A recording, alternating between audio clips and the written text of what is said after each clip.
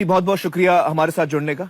आपको क्या लगता है ये जो मर्दानगी है, ये जो सोच है हम में, ये कहाँ से, इसकी शुरुआत कहाँ से होती है?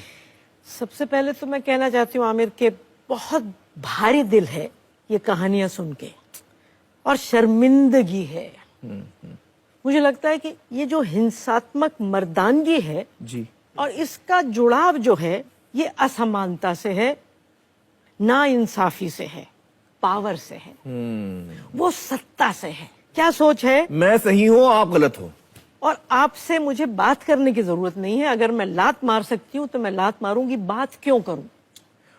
तो मैं पावरफुल हूं तो मैं सही हूं। जी बेशक। इंसाफ तो फिर आया नहीं, मैं गलत करूं सही करूं। बिल्कुल, और यही मैं चाहती हूँ कि हमारे जो लड़के दोस्त हैं कि रियली अगर मर्दानगी कुछ होनी चाहिए असली, तो ताकत को मोहब्बत मत करो, मोहब्बत की ताकत को समझो। वाह क्या बात है।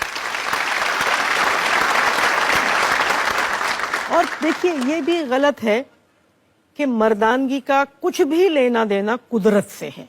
कुदरत ने औरत और मर्द में सिर्फ एक बड़ी सी बात फर्क बनाई है। औरत अपने जिस्म में बच्चा रख सकती है जी, तो हमारे पास बच्चेदानी है, और हमारे पास उसको दूध पिलाने के लिए ब्रेस्ट है। जी, अब आप मर्दों बेचारों में ये दो चीजें नहीं है, उसका मुझे बहुत अफसोस है। मेरी प्रार्थना है कि अगली बार आप औरत हों और आपको इसके अलावा कुदरत ने पुरुष और औरत में कोई और फर्क नहीं किया है। जी, जी, तो प्यार का, मोहब्बत का, बच्चों को पालने का, बच्चों को गोदी में उठाने का कुदरत ने मना नहीं किया है। ये यूपी वालों ने और हरियाणा वालों ने जो बता रहे थे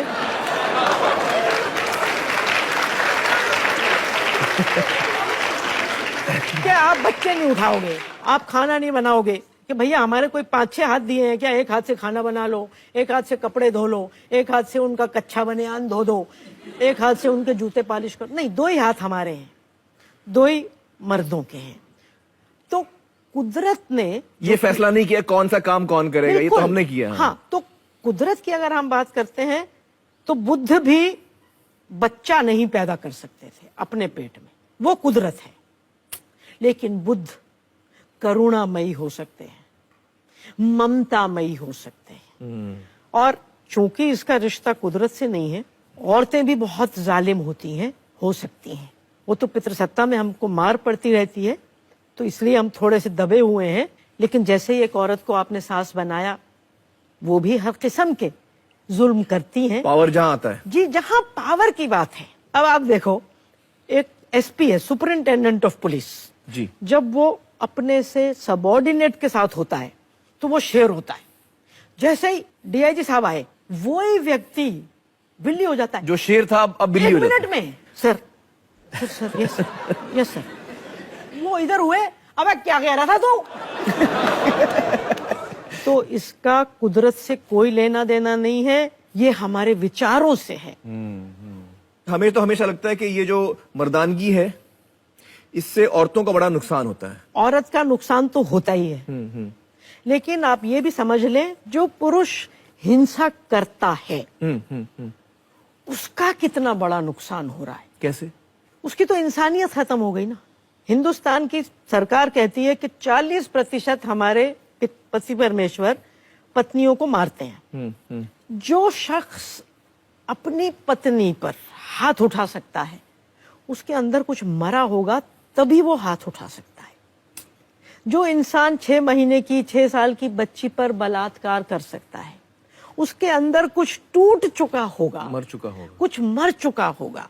तो ना तो अपने जज्बात से रिश्ता बचा, ना अपने जिस्म से रिश्ता है, ना अपनी आने वाली पीढ़ी से रिश्ता है। तो भैया किससे रिश्ता है आपका? सिर्फ सत्ता से। फायदा है सत्ता का, नुकसान है इंसानियत का। वाह भाई, क्या बड़ा है, इंसानियत या सत्ता? इंसानियत सवाल ही नहीं मैं उठता। समझती हूँ इंसानियत बड़ी है। तो भैया, अब जैसे मेरा रेप हुआ, लोग कहते हैं कि इसकी इज्जत चली गई। और मेरी इज्जत क्यों गई भाई? मेरी योनि में किसने रखी थी इज्जत? ये पितृसत्तात्मक सोच है कि अगर मेरे साथ बलात्कार हुआ तो मेरी इज्जत गई, तो मेरे कौम की इज्जत गई। तो मैं तो आज सारे हिंदुस्तान को कहती हूँ, किसी भी लड़की की योनि में आपकी कौम की इज्जत आपने रखी क्यों? हमने तो नहीं रखी वहां पर। अगर किसी की इज्जत जाती है तो बलात्कारी की इज्जत जाती है, क्या बात है, हमारी इज्जत नहीं बिल्कुल जाती, सही। हमारी इज्जत नहीं। तो मुझे इस बात की खुशी है कि पिछले 15-20 साल से बहुत से मर्दों को ये वाली बात समझ में आ गई है कि जो पितृसत्ता मर्दों के साथ कर रही है वो भी घातक है, वो भी खतरनाक है, कि उनका नुकसान हो रहा है। और मर्द मर्दानगी के खिलाफ उठ रहे हैं। जी, और मर्दों को उठना पड़ेगा आमिर। जी बिल्कुल सही। आज भी मैं देख रही थी, अगर औरतें कुछ कह रही थी तो मर्द ऐसे जोर जोर से ताली बजा रहे थे जैसे दो गुट हैं। औरत और मर्द के दो गुट हैं ही नहीं। दो गुट अगर हैं तो एक तरफ समानता वाले हैं और एक तरफ असमानता वाले। असमानता वाले हैं, ये हैं दो गुट। तो हम तो इसको औरत और मर्द के बीच की लड़ाई मानते नहीं। तो हमें हर स्तर पर काम करना पड़ेगा, मगर मैं फिर भी कहूंगी कि ज्यादा काम हमें अपने अंदर करना है। बहुत सही कहा आपने। अपने अंदर करना है। कमला जी, मुझे बताइए उन मर्दों के बारे में जो ये मर्दानगी की वजह से इतने प्रेशर में आते हैं, उनसे वो प्रेशर टॉलरेट नहीं किया जाता। नहीं, आप देखिए, ये कहते हैं कि कौन मर्द अच्छा मर्द है, वो लंबा हो, वो ताकतवर हो, वो सब पूरा घर के लिए कमाने लायक हो, जो हमारी परिभाषा है, समाज की परिभाषा बिल्कुल है। तो समाज की परिभाषा में कितने मर्द फिट होते हैं ये तो बताइए मुझे। तो फिर जो मर्द साइज में छोटा रह गया, मर तो गया, गया। खत्म हो गया। जो पतला रह गया, हो गया, वो खत्म हो गया।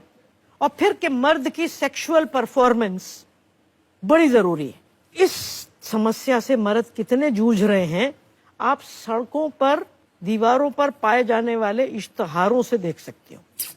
मर्दानगी के लिए हकीम ताराचंद से मिलिए, मतलब हर मेले में वहां पर वो आता है, हर नुक्कड़ पे शिलाजीत लो तो ये हो जाएगा। मतलब ये बेचारे शिलाजीत ही ढूंढते फिरते हैं। और वैसे वाले, शिलाजीत क्या होता है? शिलाजीत होता है, सबको पता है, शिलाजीत होता है जो इनको मर्दानी बनाने वाली दवाई। तो इतने ये बेचारे परेशान रहते हैं। अब देखिए, हिंदुस्तान में लाखों किसानों ने आत्महत्या की। तो मैं ये मानती हूं कि आधे लोग, मतलब उसमें आधा कारण तो गरीबी है जी, आधा कारण मर्दानगी है।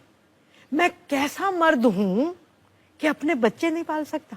मतलब वो पुरुष के जैसे फेल हो गया बेचारा। कितनी महिला किसानों ने करा है, किसी ने नहीं किया। लेकिन क्योंकि मैं मर्द हूं ये नहीं कर पाता, तो उनके वो प्रेशर, इतना जबरदस्त प्रेशर। और दूसरा कहा जाता है पुरुषों को कि तुम रोगे नहीं, यानी तुम अपनी इमोशंस को नहीं समझोगे। अगर आप इमोशंस को नहीं समझोगे तो गुस्सा आएगा तो बेकाबू हो जाओगे। किसी से मोहब्बत हो गई, उसने ना कर दिया, आप बेकाबू हो गए, आपने जाके एसिड फेंक दिया। आज आपने सुना रैगिंग में एक दूसरे को मार रहे हैं, मोटरसाइकिल जरा सी छू गई तो उनके बच्चे को खत्म कर दिया। तो ये जो हिंसात्मक मर्दानगी है जी, ये